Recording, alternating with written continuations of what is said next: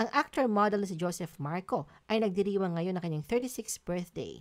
Siya ay isinilang noong October 4, 1988 sa Binangonan, Rizal.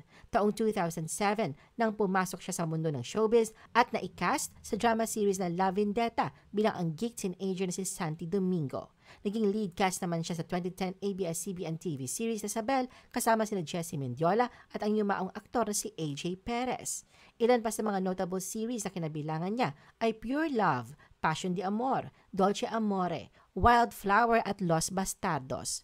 Huling TV series na nilabasan niya ay ang Pira-Pirasong Paraiso. Kasalukuyang nakikipag-date si Joseph sa Russian fashion model si Daria Romanova.